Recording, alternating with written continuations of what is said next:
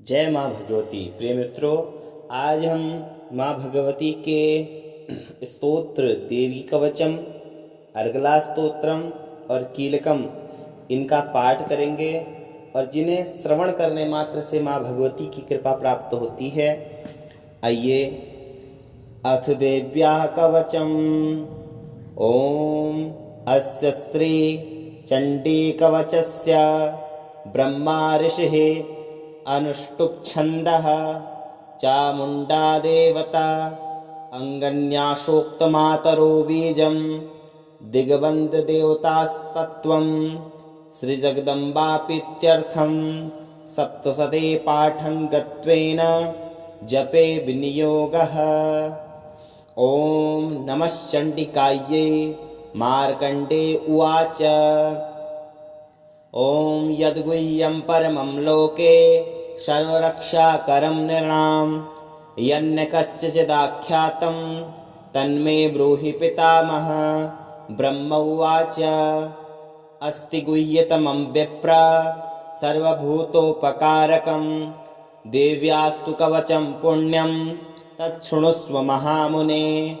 प्रथमं शैलपुत्री च द्वितीयं ब्रह्मचारिणी तृतीयं चन्द्रघण्टेति कूष्माण्डेति चतुर्थकं पञ्चमं स्कन्दमातेति षष्ठं कात्यायनीति च सप्तमं कालरात्रीति महागौरीति चाष्टमं नवमं सिद्धिदात्री च नवदुर्गाः प्रकीर्तिताः। उक्तान्येतानि नामानि ब्रह्मणैव महात्मना। अग्निनां दह्यमानस्तु शत्रुमध्ये गतोरणे विषमे दुर्गमे चैव भयार्तः शरणं गताः। न तेषां जायते किञ्चित् शुभं रणसङ्कटे नापदं तस्य पश्यामि शोकदुःखं भयं नहि। येस्तु भक्ता स्मृता नूनं तेषां वृद्धिः प्रजायते। ये त्वां स्मरन्ति देवेशि रक्षसे तान् संशयः। प्रेतसंस्था तु चामुण्डा वाराही महिषासना ऐन्द्रियगत्समारूढा वैष्णवी गरुडासना माहेश्वरी वृषारूढा कौमारी शिखिवाहना लक्ष्मी पद्मासना देवी पद्महस्ता हरिप्रिया श्वेतरूपधरा देवी ईश्वरी वृषवाहना ब्राह्मी हंस समारूढ़ा सर्वाभरणभूषिता इत्येता मातरः सर्वाः सर्वयोगसमन्विताः। नानाभरणशोभाढ्या नानारत्नोपशोभिताः दृश्यन्ते रथमारूढा देव्यः क्रोधशमाकुलाः। शङ्खं चक्रं गदां शक्तिं हलं च मुशलायुधं खेटकं तोमरं चैव परशुं पाशुमेव च कुन्तायुधं त्रिशूलं च सारङ्गमायुधमुत्तमं दैत्यानां देहनाशाय भक्तानां भयाय च धारयन्तायुधानित्थं देवानां च हिताय वै। नमस्तेस्तु महारौद्रे महाघोरपराक्रमे महाबले महोत्साहे महाभयविनाशिनी त्राहि मां देवी दुष्प्रेक्षे शत्रूणां भयवर्धिनी। प्राच्यां रक्षतु मामेन्द्रे अग्नेयाम् अग्निदेवता दक्षिणे वतु वाराही नैऋत्यां खड्गधारिणी प्रतीच्यां वारुणीं रक्षेत् वायव्यां मृगवाहिनी उदिच्यां पातु कौमारी ईशान्यां शूलधारिणी ऊर्ध्वं ब्राह्मणी मे रक्षेत् धस्ताद् वैष्णवे तथा एवं 10 दिशो रक्षेत् चामुण्डा शववाहना जया मे चाग्रतः पातु विजया पातु पृष्ठतः अर्जिता वाम पार्श्वे तु दक्षिणे चापरार्जिता शिखामुदोतिनी रक्षे दुमा मूर्ध्नि व्यवस्थिता मालाधरी ललाटे च भ्रो रक्षे यशस्विनी त्रिनेत्रा च भोर्मध्ये यम घंटा च नासिके शंखिनी चक्षुषो मध्ये श्रोत्रयोर्द्वारवासिनी कपोलौ कालिका रक्षेत् कर्णमूले तु शाङ्करी नासिकायां सुगन्धा च उत्तरोष्टे च चर्चिका अधरे चामृतकला जिह्वायां च सरस्वती दन्तान् रक्षतु कौमारी कण्ठदेशे तु चण्डिका घण्टिकां चित्रघण्टा च महामाया च तालुके कामाक्षी चिबुकं रक्षेत् वाचं मे सर्वमङ्गला ग्रीवायां भद्रकाली च पृष्ठवंशे धनुर्धरे नीलग्रीवा वही कण्ठे नलिकां नलकूवरी स्कन्दयोः खड्गनी रक्षेत् बाहु मे वज्रधारिणी हस्तयोर्दण्डनी रक्षेत् दम्बिका चाङ्गुलीषु च नखाञ्चूलेश्वरी रक्षेत् कुक्षौ रक्षेत् कुलेश्वरी स्तनौ रक्षेन्महादेवी मनः शोकविनाशिनी हृदये ललिता देवी उदरे शूलधारिणी नाभौ च कामनी रक्षेत् गुह्यं गुह्येश्वरी तथा पूतना कामिका मेढ्रं गुदे माहिषवाहिनी काट्यां भगवती रक्षेत् जानुनीं विन्ध्यवासिनी जङ्गे महाबला रक्षेत् सर्वकामप्रदायिनी गुल्फयोर्नारसिंहे च पादपृष्ठे तु तैजसे पादङ्गुलीषु श्रीरक्षेत् पादाधस्तालवासिनी नखान् दृष्टा कराली च केशाश्चोर्ध्वकेशिनी रोमकोपेषु कौवेरी त्वच्चं बागीश्वरी तथा रक्तमञ्जावसामान्या स्तुतिमेधांसि पार्वती अन्त्राणि कालरात्रिश्च पित्तं च मुकुटेश्वरी पद्मावती पद्मकोशे कफे चूडामणिस्तथा ज्वालामुखी नखज्वाला मवेद्या सर्वसन्धिषु शुक्रं ब्राह्मणि मे रक्षे छायां छत्रेश्वरी तथा अहङ्कारं मनोबुद्धिं रक्षन्मे धर्मधारिणी प्राणोपानौ तथा व्यान मुदानं च समानकं वज्रहस्ता च मे रक्षेत् प्राणकल्याणशोभना रूपं रसे च गन्धे च शब्दस्पर्शे च योगिनी सत्त्वं रजस्तमश्चैव रक्षेन्नारायणी सदा आयु रक्षतु वाराही धर्मं रक्षतु वैष्णवी यशा कीर्तिं च लक्ष्मीं च धनविद्यां च चक्रिणी गोत्रमिन्द्राणि मे रक्षेत् पशून् मे रक्ष चण्डिके पुत्रान् रक्षेन्महालक्ष्मीर्भार्यां रक्षतु भैरवी पन्थानं सुपन्था रक्षेन्मार्गं क्षेमकरी तथा राजद्वारे महालक्ष्मीर्विजया सर्वतः स्थिता रक्षाहीनं तु यत्सानं वर्जितं कवचेन तु तत्सर्वं रक्ष मे देवी जयन्ती पापनाशिनी पदमेकं न गच्छेतु यदिच्छेचुम्बमात्मनः कवचेनावृतो नित्यं यत्र यत्र गच्छति तत्र तत्रार्थलाभश्च विजया सर्वकामिकः यं यं चिन्तयते कामं तं तं प्राप्नोति निश्चितं परमेश्वर्यमतुलं प्राप्स्यते भूतले पुमान् निर्भयो जायते मर्त्यः सङ्ग्रामेष्वपरार्जितः त्रैलोक्ये तु भवेत् पूज्यः कवचेनामृतः पुमान् इदं तु देव्यः कवचं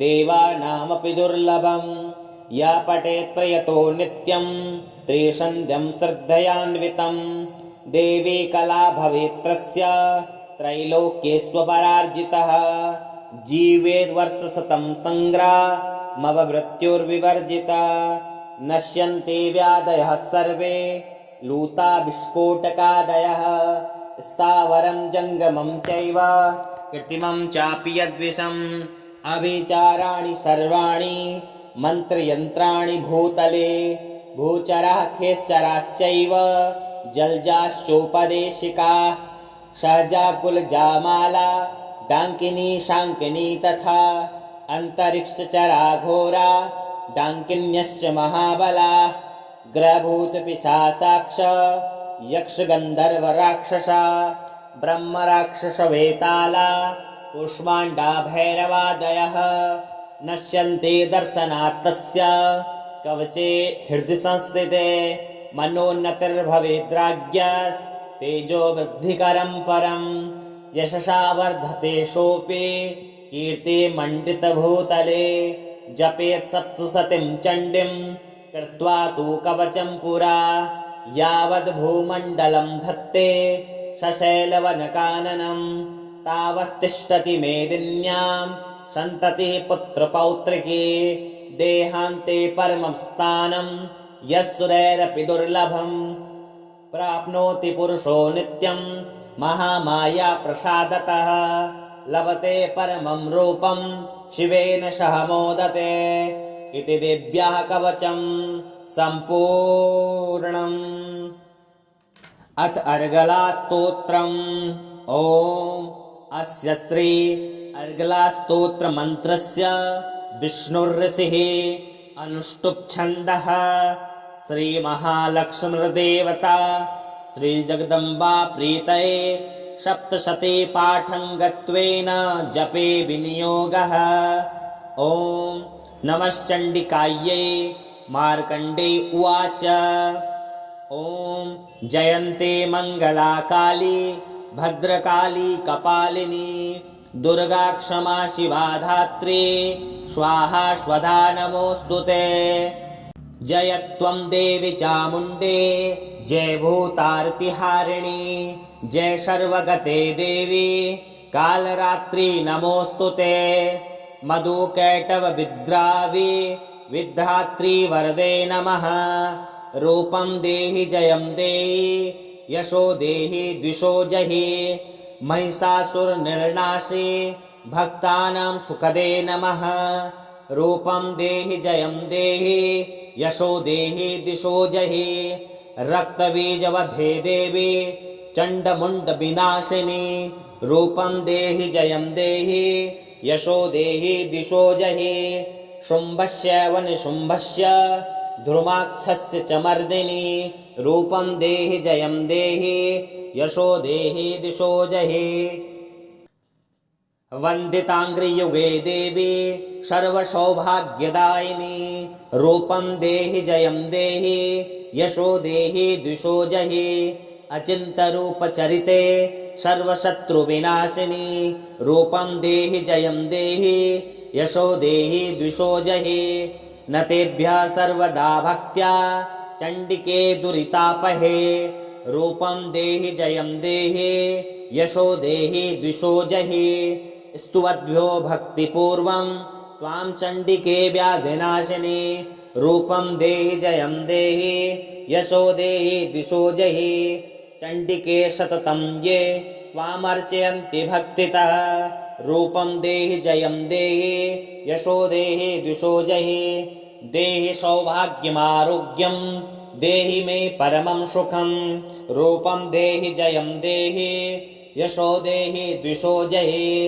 विदेहि द्विषतानाशं विदेहि बलमुच्यकैः रूपं देहि जयं देहि यशो देहि द्विषो जहि विदेहि देवि कल्याणं विदेहि परमां श्रियं रूपं देहि जयं देहि यशो देहि द्विषो जहि सुरासुरशिरोरत्न निर्घिष्टचरणेऽम्बिके रूपं देहि जयं देहि यशो देहि द्विषो जहि विद्यावन्तं यशस्वन्तं लक्ष्मीवन्तं जनं कुरु रूपं देहि जयं देहि यशो देहि द्विषो जहि प्रचण्ड दैत्यदर्पग्ने चण्डिके प्रणताय मे रूपं देहि जयं देहि यशो देहि द्विषो जहि चतुर्भुजे चतुर्वक्त्र संस्तुते परमेश्वरी रूपं देहि जयं देहि यशो देहि द्विषो जहि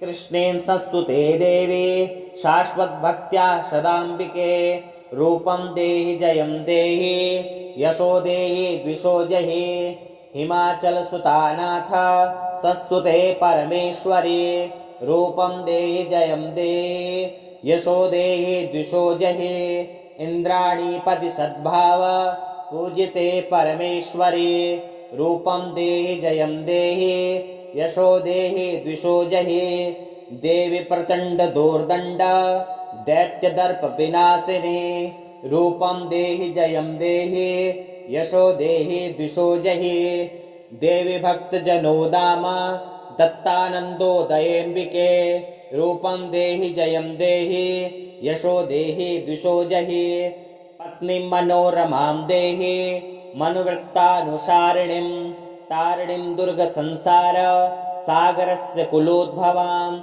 इदं स्तोत्रं पठित्वा तु महास्तोत्रं पठेन्नरः स तु सप्तशती संख्या वरवाप्नोति सम्पदाम् इति देव्यार्घ्यस्तोत्रं सम्पूर्णम्। अथ कीलकम्। ॐ अस्य श्री कीलकमन्त्रस्य शिवऋषिः अनुष्टुप् छन्दः श्रीमहासरस्वती देवता श्रीजगदम्बा प्रीत्यर्थं सप्तशती पाठङ्गत्वेन जपे विनियोगः। ॐ नमश्चण्डिकायै।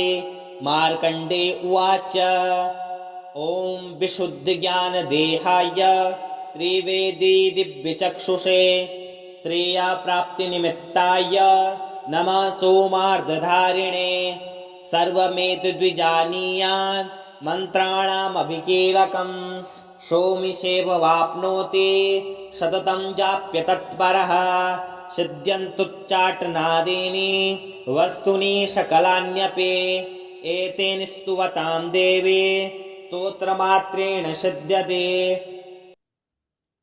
न मन्त्रो नौषधं तत्र न किञ्चिदपि विद्यते विना जापेन संसिद्ध्ये सर्वमुच्चाटनादिकं समग्राणपि सिद्ध्यन्ते लोकशङ्कामिमां हरः कृत्वा निमन्त्रयामास सर्वमेतमिदं शुभम्। समग्राणपि सिद्ध्यन्ते लोकशङ्कामिमं हरः कृत्वा निमन्त्रयामास सर्वमेवमिदं शुभम्।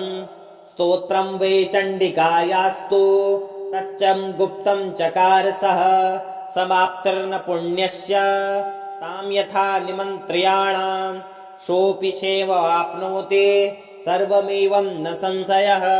कृष्णायां वा चतुर्दश्याम् अष्टम्या वा समाहिता ददाति प्रतिगृह्णाति नान्यथेषा प्रसीदते इत्थं रूपेण कीलेन महादेवेन कीलितं यो निष्किलां विधेयेन नित्यं जपति संस्फुटं ससिद्धः सगणः सोऽपि गन्धर्वो जायते नरः न चैवाप्तस्तस्य भयं क्वापि हजायते नापमृत्युवशं याते मृतो मोक्षं वाप्नुयात् ज्ञात्वा प्रारभ्य कुर्वेत् न कुर्वणो विनश्यते ततो ज्ञात्येवं सम्पन्नमिदं प्रारभ्यते बुधैः सौभाग्यादि यत्किञ्चित् दृश्यते ललनाजने तत्सर्वं तत्प्रसादेन तेन जाप्यमिदं शुभम्।